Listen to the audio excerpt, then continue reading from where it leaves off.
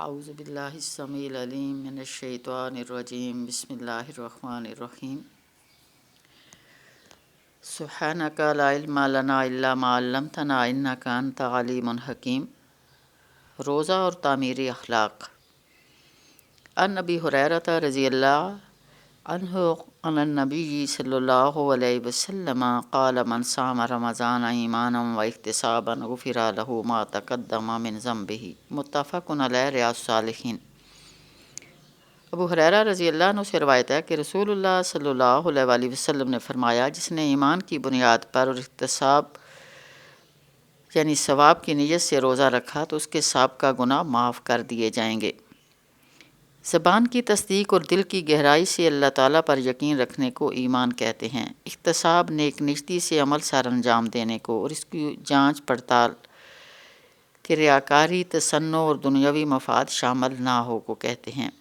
اس لیے مومن کے اعمال میں نکھار پیدا ہوتا ہے اور ان کی قبولیت یقینی بن جاتی ہے۔ آئیے اب دیکھتے ہیں کہ رمضان میں ایمان اور احتساب کیوں کر پیدا ہوتا ہے، اور یہ بات بھی یاد رکھیے کہ اسلامی عبادات میں جہاں اللہ تعالیٰ کی بندگی اور اس کی رضامندی کا اصول ہوتا ہے، وہاں اس کے کئی معاشرتی، اخلاقی، طبی اور روحانی فوائد بھی مرتب ہوتے ہیں۔ روزہ صبح سے شام تک بھوکا پیاسا ہی نہیں رکھتا بلکہ تعمیر اخلاق اور تربیت نفس بھی کرتا ہے۔ آئیے یہ دیکھیں یہ تربیت کیسی ہوتی ہے۔ رذائل سے اجتناب۔ سب سے پہلی بات یہ ہے کہ بندہ مومن صرف اللہ تعالیٰ کی رضا کے لیے 10-12 گھنٹے حلال اور جائز چیزوں کی اپنے اوپر پابندی لگا لیتا ہے۔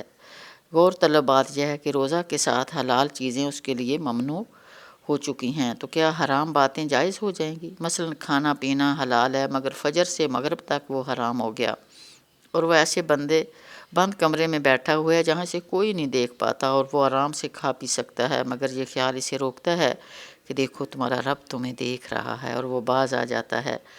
اب ذرا ٹھنڈے دل اور دماغ سے سوچئے کہ جو باتیں ہمیشہ کے لیے ممنوع اور حرام ہیں، مثلا مکر و فریب، جھوٹ اور غیبت اور اس قبیل کی بہت سی برائیاں ہیں، تو کیا روزے کے ساتھ ان کا ارتکاب جائز ہو جائے گا؟ ہرگز نہیں، ہرگز نہیں۔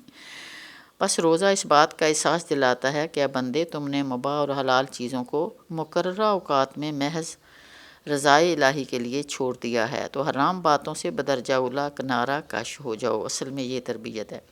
اس نصیحت پر عمل پیرا ہونے سے روزہ دار رذائل کو چھوڑ کر فضائل سے آراستہ ہو جاتا ہے، اور یہ بات اس وقت پیدا ہوتی ہے جب وہ روزے کی نگرانی کرتا ہے، بلکہ ہمہ وقت کیفیت احسان سے سرشار رہتا ہے۔ نبی اکرم صلی اللہ علیہ وآلہ وسلم نے فرمایا، ان تعبد اللہ کأنک تراہ فإن لم تکن تراہ فإنہ یراک۔ تم اللہ کی عبادت اس طرح کرو گویا تم اسے دیکھ رہے ہو۔ اگر یہ کیفیت پیدا نہ ہو تو کم از کم یہ خیال کرو کہ وہ تجھے دیکھ رہا ہے۔ احسان کی کیفیت پیدا ہوتے ہی بندہ اپنے مولا و مالک کی نافرمانی سے بچے گا، اور اسے احکام الہی اور اطاعت رسول پیش نظر رہیں گی۔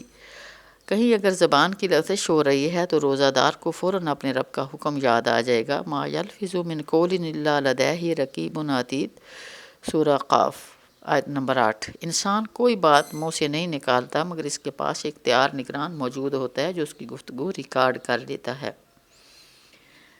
اور پھر روز جزا ہمارے جسم و جان کے متعلق بعض پرس ہوگی۔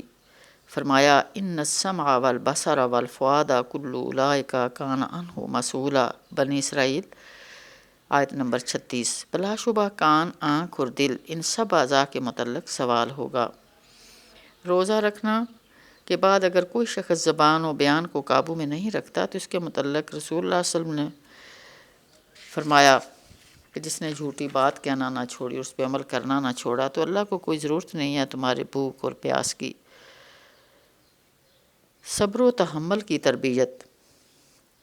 رسول اللہ صلی اللہ علیہ وسلم شعبان کے آخری خطبہ میں ارشاد فرمایا، جس میں رمضان اور روزے سے متعلق فضائل اور احکام بتائے، اس میں بتایا، ہوا شہر الصبر والصبر ثوابہ الجنہ، شعب الایمان۔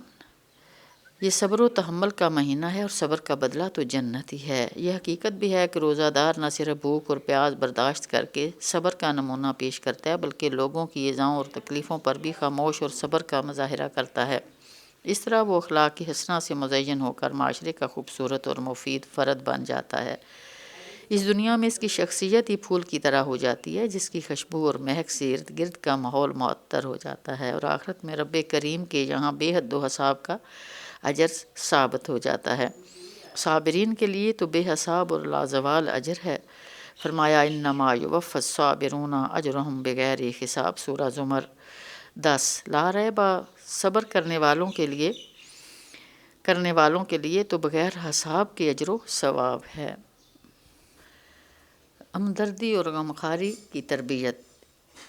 نبی اکرم صلی اللہ علیہ وسلم نے اس خطبے میں فرمایا وشہر المواسات، یہ ہمدردی اور غمگساری کا مہینہ ہے۔ بھوکا اور پیاسا رہ کر روزہ دار کو غربا اور مسکین، بھوکوں اور فاقہ کشوں کا خیال آتا ہے۔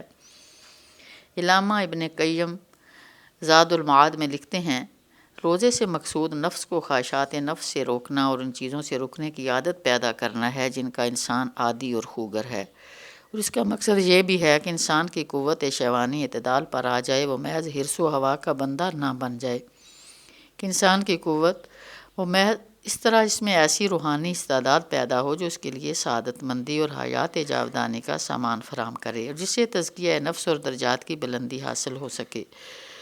اے سحری اور افطاری کے وقت اپنے دسترخوان پر انواع و اقسام کے کھانے سجانے والوں، تمہیں خبر بھی ہے کہ تمہارے پاس پڑوسی میں کوئی بیوہ اور اس کے یتیم بچوں کو 2 وقت کے لیے کوئی چیز میسر نہیں ہے۔ کاش کہ تم رمضان کا پیغام سمجھتی اور اپنے لیے سادہ خوراک پر قناعت کرتے ہوئے اس بیوہ کے گھر مہینہ بھر کا راشن بھجوا دیتے، پھر دیکھیے کہ تمہیں روزے رکھنے میں کتنا سرور اور مزہ آتا ہے، اور تمہارا یہ رمضان کتنا قیمتی بن جاتا ہے، اور پھر اللہ تعالیٰ کے یہاں لازوال اجر ثبت ہو جاتا۔ تو اللہ تبارک و تعالیٰ ہم سب کو بہترین رمضان گزارنے کی توفیق عطا فرمائے۔ پھر